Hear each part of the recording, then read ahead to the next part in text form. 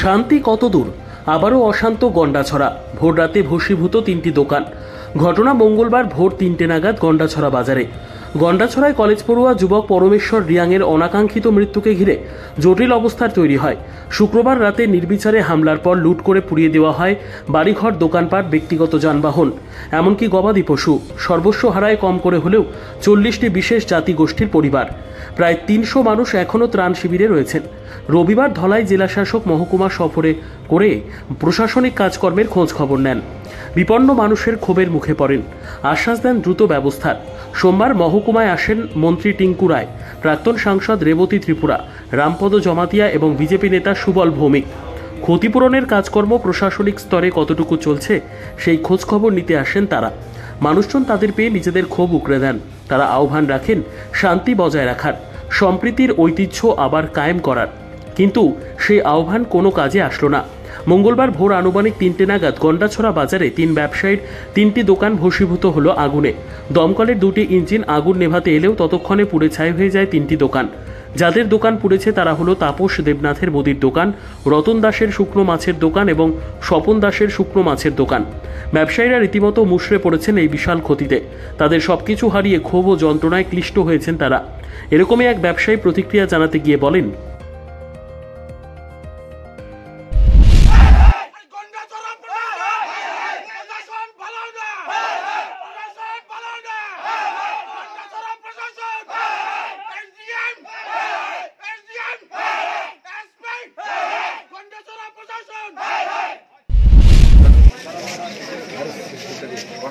আজকে গন্ডাছড়া বাজারে একটা বিরাট আতঙ্ক। আগামীকালকে গন্ডাছড়া প্রশাসনের তরফ থেকে গন্ডাছড়া সকল ব্যবসায়িকদের আশ্বাস দিছিল যে সবাই দোকানটা খোলার জন্য। আজ 3টার সময় দেখি, ভোর 3টার সময় কে বা কারা দোকান 3টা দোকান ছিল পুরা ছাই করে দিয়ে গেছে।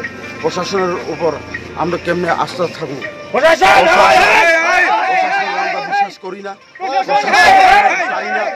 হ্যাঁ, আমাদের নিত্যদিনে যে ডিউটিদার ছিল গন্ডাছড়া মার্কেট অ্যাসোসিয়েশনের পক্ষ থেকে নিত্যদিনের ডিউটিদার ছিল 10 জন 12 জন করে থাকতো।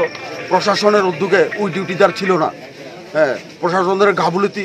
আমি প্রশাসনকে পুরোপুরি দোষী। আমি প্রশাসনের কারণে গন্ডাছড়া বাজারে আজকে এই সব ধরনের ঘটনা ঘটে।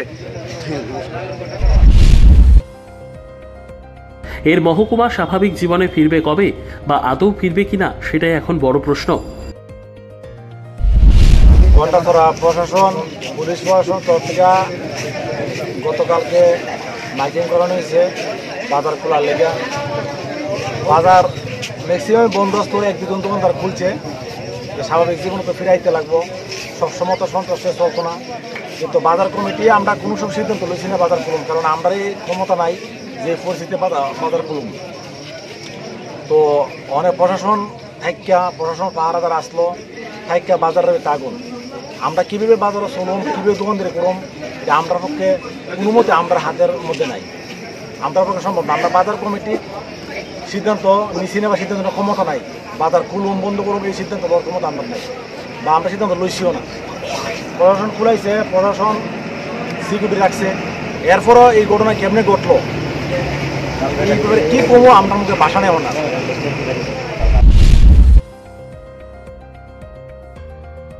নিজস্ব প্রতিনিধির রিপোর্ট, দুরন্ত টিভি।